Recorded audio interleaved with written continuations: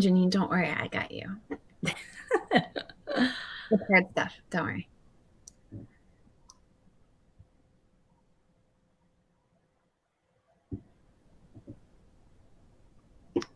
All right. I think we're live. Welcome, everyone. Thank you for joining us to this week's LinkedIn Live video discussion. I'm Janine Yancey, and founder and CEO of M-Train. With us today is Jenna Arnold. Jenna, thank you so much for joining us. Totally appreciate it. My pleasure. Let me give folks a little bit of background on Jenna. I'm so super excited to have you here, Jenna. So Jenna, for those of you who don't know, is one of the national organizers of the Women's March on Washington in 2017, which, as I'm sure we can all appreciate, took a fair amount of organization and influence to get folks going. She's also the co-founder of an organization called Organize.org, which applies technology to help donors connect with recipients who need organ transplants. And she's the Chief Impact Officer of a firm called Rethink Capital, which is focused on applying capital to different businesses that have a social impact around the world. So Jenna, it's a privilege to have you. Thank you. Thank you. So today we're going to be talking about asking Jenna some questions about how women can mobilize and use their influence to really start to effectuate some significant change. And I think maybe the best way to kind of dive into this, Jenna, is, how do you think about that in light of this current situation that we're in with the pandemic and the economic fallout here? Well, that will probably take 20 years to accurately wrap my arms around, and even still, I probably won't know what I'm talking about. But I can say with confidence that what I knew both in my research and what I outlined in my upcoming book, Raising Our Hands, which comes out at the end of June, which suggests that the American woman is one of the, if not the most powerful demographics on the planet, because she decides who gets to be, she's the most powerful vote. She decides who becomes the American president. And as far as I'm concerned, I think the world should have the right to vote for the American president because of her influence on the environment, foreign policy.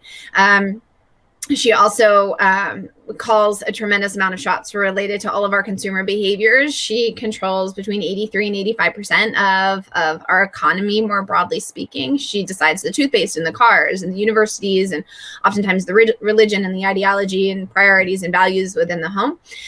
So she is a force to be reckoned with. And I sadly don't know if this demographic necessarily knows that kind of power and influence that she has in her hands. But it's not necessarily her fault. We've been raised in a country with a set of systems and a set of rules that don't necessarily invite constructive challenges from women in general, be it in the boardroom or politically or just in some social environments. But now more than ever, you're seeing women ask more difficult questions of themselves and of the world around them.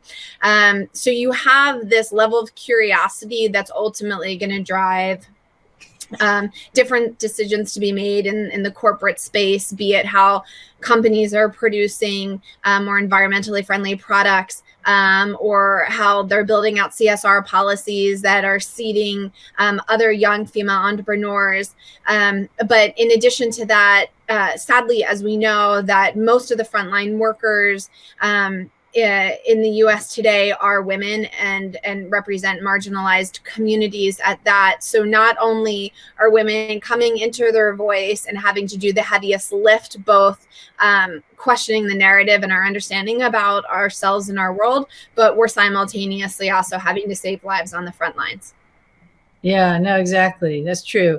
You know what? So before we kind of explore this further, let's respond. I was just telling you this before we went on the air. We got a message in from one of our community members, kind of asking us, hey, M-Train folks and Jenna, is it helpful to single out, a specific demographic as opposed to just kind of group us all together. We're all people. We're all trying to do good in the world. So is it more basically harmful than helpful to be specific? And what do you think about that? I think it's more harmful. Okay. If every demographic, and there's 7 billion of them, but if we make some broad stroke generalizations based on gender, disability, race, socioeconomic, everybody has different life experiences based on certain characteristics, or how I like to simplify it, based on the different hands of cards that we've all been born with. And so my life experience as a able-bodied white woman is different than a trans person of color who has a disability, who might be a single parent. And Right. to suggest that my life experiences and the things that apply to me and the obstacles that I face are applicable to somebody like that is opting into ignorance when there's so many more variables that need to be considered in terms of how we can make sure the most marginalized are protected. No, so that's excellent. Thank you. And so when we are trying to mobilize women in general, basically, and get more targeted, because as you were just saying, it's at least a certain life experience, although really broad. Do you see any kind of core themes that could be triggering or galvanizing to get women mobilized? Yes and no. I mean, the core themes are subjects that have always been have always I'm being cautious with my word choice. How about, sorry to cut you off, but let's just call it. So you and I were kind of, fleshing out nuances. I was thinking, hey, maybe it's helpful just to think of 3 broad themes, because I'm always looking for commonalities, right? Like, I'm super practical and I'm just trying to get people together. And so I was thinking, okay, can we just identify health and safety, especially in this current pandemic? So regardless of your socioeconomic background, maybe we could all get around health and safety, right? And then if we can add to that opportunity in addition to health and safety, then maybe those 3 pillars can serve as a unifying force, because to try to mobilize a lot of women that cross racial and socioeconomic divides, it is tough. I mean, and you have experience in that. I mean, what are some tools, maybe, is what I'm asking. Yeah, I mean, I don't think it's possible for us to necessarily find what I call like vintage language related to common ground. I don't think that kind of language is necessarily helpful, because my definition of safety might look a lot different than yours. Pre-COVID, you and I might have debated around safety. Maybe I am a responsible gun owning woman, and believe that I need to carry to protect my 5 and 3-year-old when we're going to the movie theater. And you might beg to differ, and we might have different definitions around safety. You and I could also differ around what our definitions related to health are. I happen to be of the mindset that while I'm not quite sure at what level of immune compromised risk I am, I still recognize the responsibility that I have on the rest of the world. And I'll probably be in public wearing a face mask for, I don't know, a year. And I'm uncomfortable the entire time. Yet I saw plenty of images of this past weekend of tons of people occupying lakes and beaches, and nobody was doing that. So there's different definitions related to safety and health. Unfortunately, the people who have helped us curate and sculpt those definitions tend to be political parties that are looking to wedge voters on different sides, so that we can believe that there's a chasm between us, when in reality, it's always been my hypothesis that everybody wants joy and prosperity and opportunities for themselves and their loved ones to thrive. And that definition could look a little bit different. But more broadly speaking, I've worked with a lot of Indigenous communities around the world, many of which are particularly secluded. And I've seen no difference between what these communities want for their loved ones and what it is that I want for my family. And we arguably could be worlds away in terms of the resources that we have at our fingertips and our understanding of what the world looks like. So I'm not sure that we can necessarily whittle down some universal commitment to each other around certain pillars like health and safety, and like a little bit of like, yes, that's obvious. But what I do think that we can come together around is this idea that what's working, what's happening now is not working, both in the corporate world, in the political world, oftentimes in our community, sometimes in our homes, and sometimes definitely within where we're really hard on ourselves. So I think I think one of the things that we can get, we can be on the same bench together is when we say, whatever got us here is not going to get us where we need to go moving forward. No, that's excellent. Okay, great. So I want to ask you about the ideas that you're sharing in your book in just a little bit, but if you'll humor me a little bit and our community and audience, talk to us a little bit about your ideas and your thoughts on how we can, mobilize as folks, in business, in our professional lives. What can we do there? And really, regardless of where we sit in an organization, individual contributor or manager or leader or what have you, are there some things that you have on your mind that you think would be helpful for people? Yeah, this is a little bit case by case, and it's a little bit case by case, and it doesn't take into effect what listeners' circumstances might be with relationship to their company or to their employers, and then the dependency in which their homes have on them and on their salaries. I use that as a caveat, but I want to make sure that we also don't use that as an excuse to opt out of doing the hard work of our time. So one of the things that I'm doing in my capacity as the Chief Impact Officer at Rethink is that we, and I credit senior management to this, is we started asking harder questions about what our real impact is. And as an impact investing firm, we are excited to look at opportunities where companies are making a positive difference in the world, but trying to wrap our arms around what it means to actually measure that so that we can participate in best practices, not just for ourselves, but for the community in general.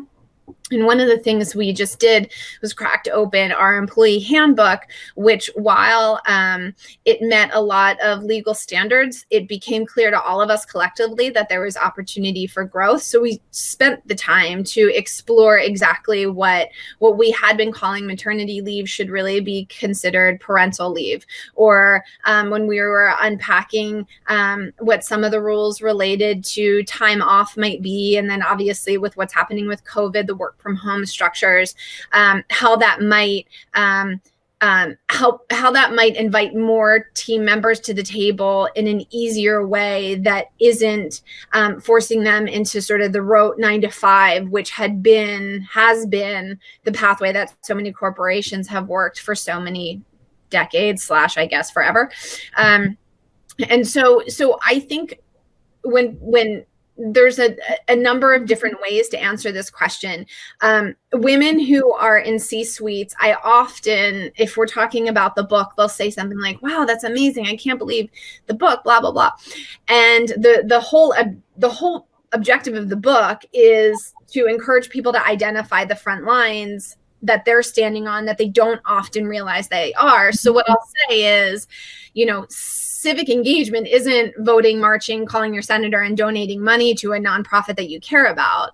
Civic engagement today is asking yourself how you're participating in systems that might be hurting other people unbeknownst to you, or the things that the assumptions and the biases that you have. And so I often say to women in the C-suite, hey, you don't understand the front line that you're on in representing the 5 or the 5,000 women who work for these small or large corporations when it comes to gender pay gap, when it comes to work from home policies, when it comes to gender parity or board representation. So the idea that there was one woman who works for a massive company that you all know, and she has many tens of thousands of companies, employed team members, and many billions of dollars under her discretion.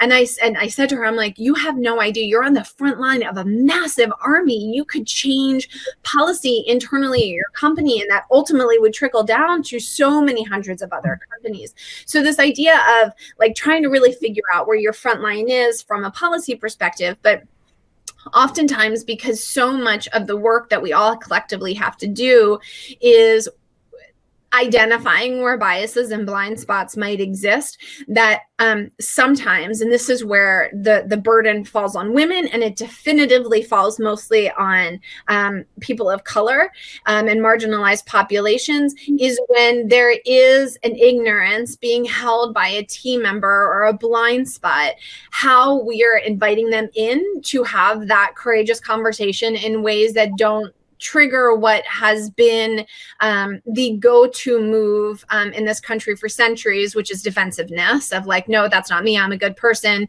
Well, this is just my excuse. I didn't mean that. And finding ways to say, hey, you know, I've been doing some work on myself, and I realized I had that same assumption, or I used to make that same joke, or this is why that might actually harm people, even though they're not necessarily in earshot. So this idea that there's like this policy structural exercise that we all have to take, and holding a magnifying glass up to the rules and the language that are in our employee handbooks, or that are on the checks that are being written, as much as there is in how we're fostering relationships with our colleagues enough to be able to invite them in and say, hey, you know, that didn't sit right with me. And I often say, when people are in relationship or in spaces where they're like, yeah, but I don't know them well enough, is I often say, as I say to my kid when she like suddenly asks me some complicated question about God or death when I'm, you know, unpacking groceries from the trunk, I'm always like, you know what, that's a really good point. Let's talk about that after bath tonight. And then I can like take a minute to Google how to talk to a 4-year-old about God.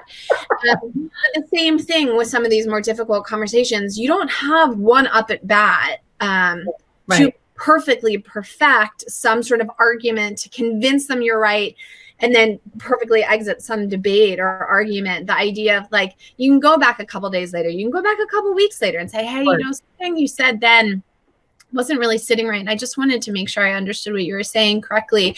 And it's okay if you want to retract that. It's okay if you didn't mean that. It's okay if we're all learning together. And what I say constantly is, as we start asking harder questions of everything around us, that we remember that we're in the front row of what I like to call my first grade classroom. And I may or may not graduate to second grade on some of these very complex subjects at any point in my life. So we're all forever students in this. Oh, totally.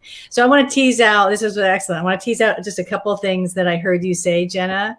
So, and M-Train, we're big believers, and I know our community knows this, in not making things adversarial. So as a former litigator, before I started M-Train, you know, I come from a world of conflict, and it's a zero-sum game, like who's right, who's wrong. Yep.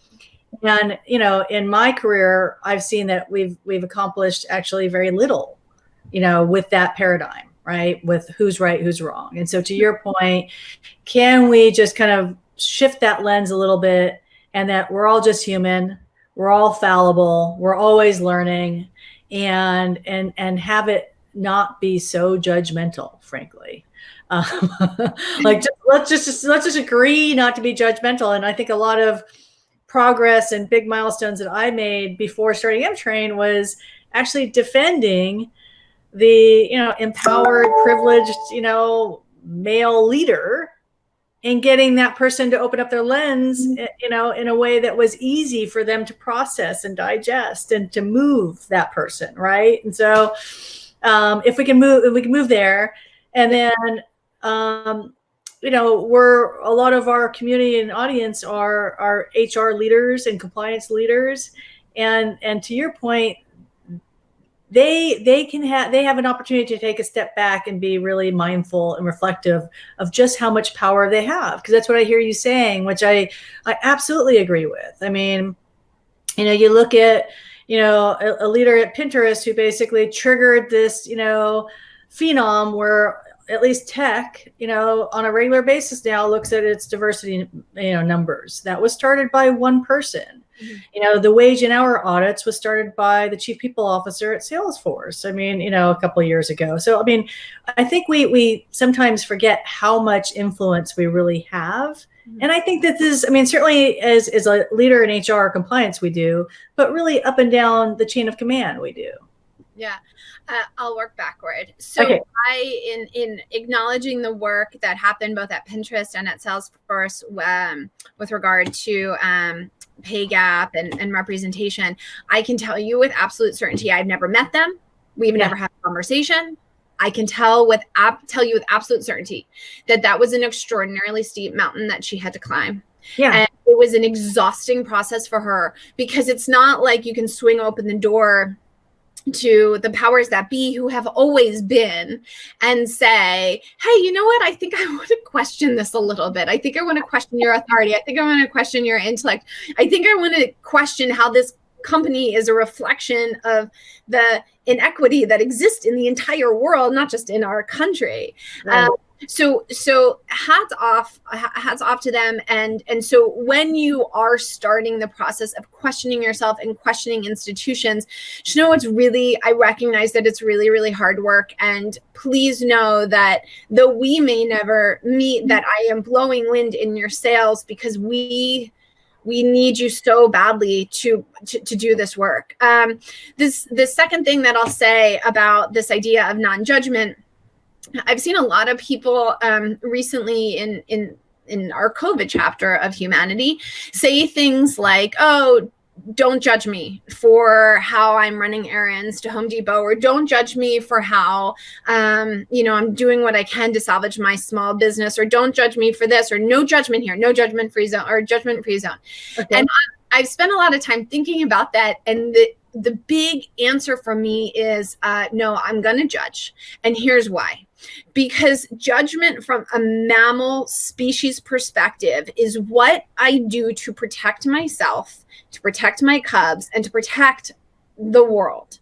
Okay. And so if somebody is doing something that could potentially cause harm to me as a mammal, or to the rest of people in general, more broadly speaking, I need to judge them. I need to stay away. I need to create distance. I need to create some rules and boundaries around it. So this idea of saying like judgment free is not necessarily something that I totally embrace. Mm-hmm.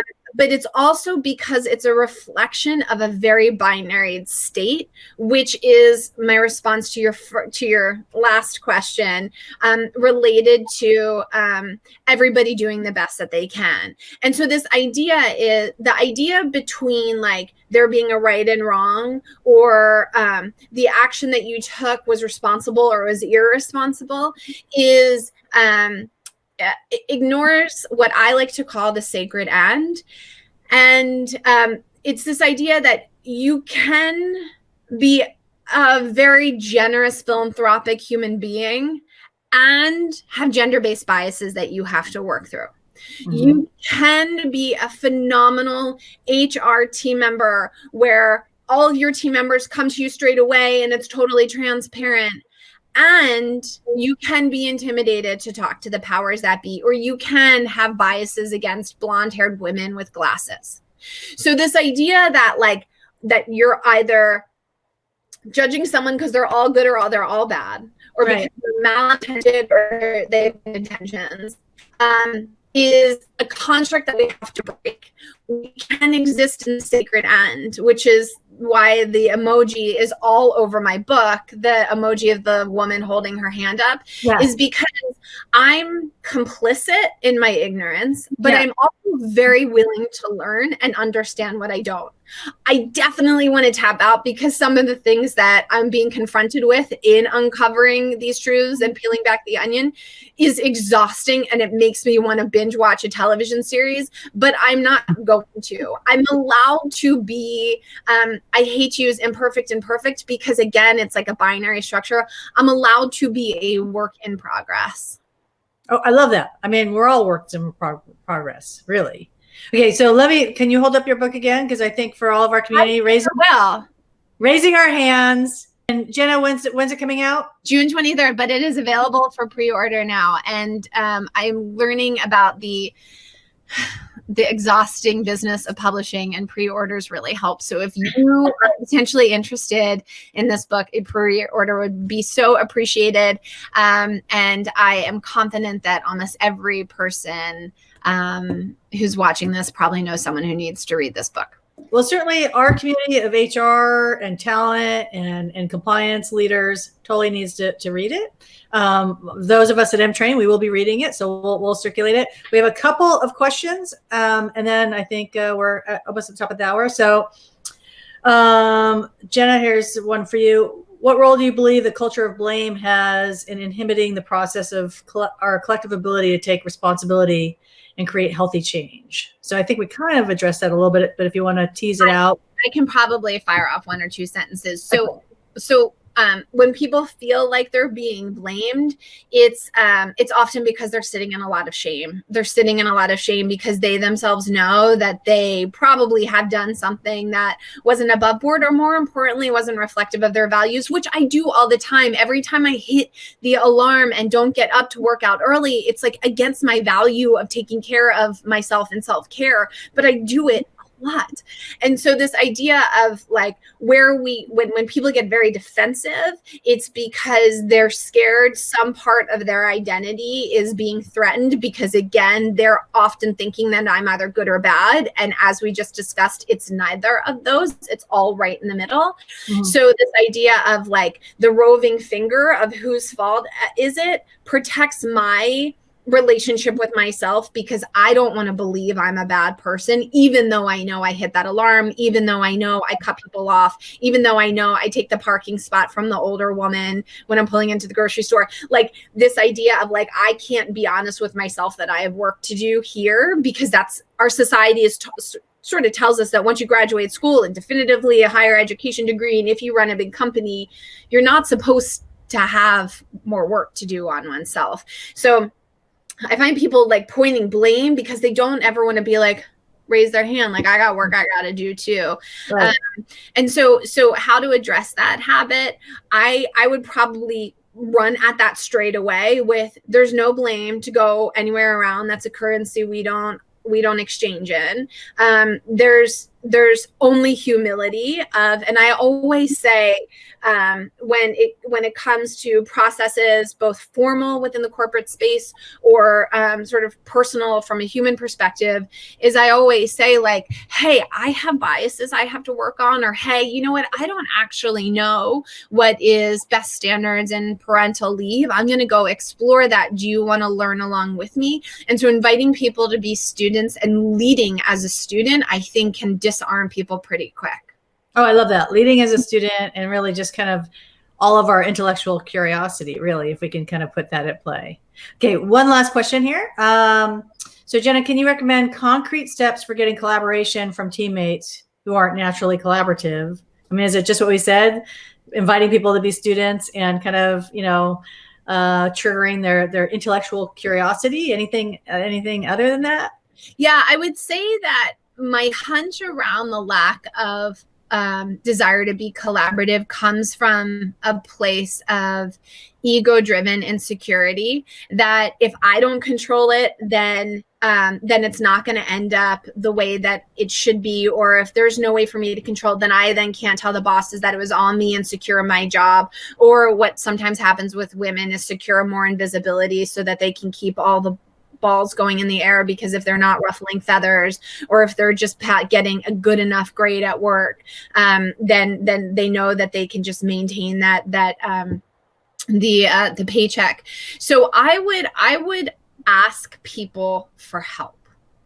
That always, part of our culture loves to be the savior, and there's a way to use that to an advantage, to say, hey, I really need help with something. Or you can go even further and say, I know you're really busy, but you might have some thoughts around that. People love to be acknowledged for their intellect and their ideas, because remember, we tell them quietly that if they don't have $1 billion, don't have a plane, aren't the president, aren't that they're probably failures. So everyone's always looking for moments to hear and validate themselves. So I would ask people for help, and that will probably make them feel good and invite them to the table. I love that. That's great. This has been super. I think we're at the top of the hour. So everyone, I invite people to join in, online on LinkedIn, and ask more questions, and we'll answer. And again, you could read more about these ideas in Jenna's upcoming book, which we'll also put a little image on in our LinkedIn thread. Yes, thank you. Jenna, thanks so much. This has been a interesting, fun conversation, and thanks for joining us. Thanks for having me. And with that, everyone, we'll sign off and have a great day. And remember, we do LinkedIn Live discussions twice a month, so the next one's coming up in a couple weeks. So have a good day.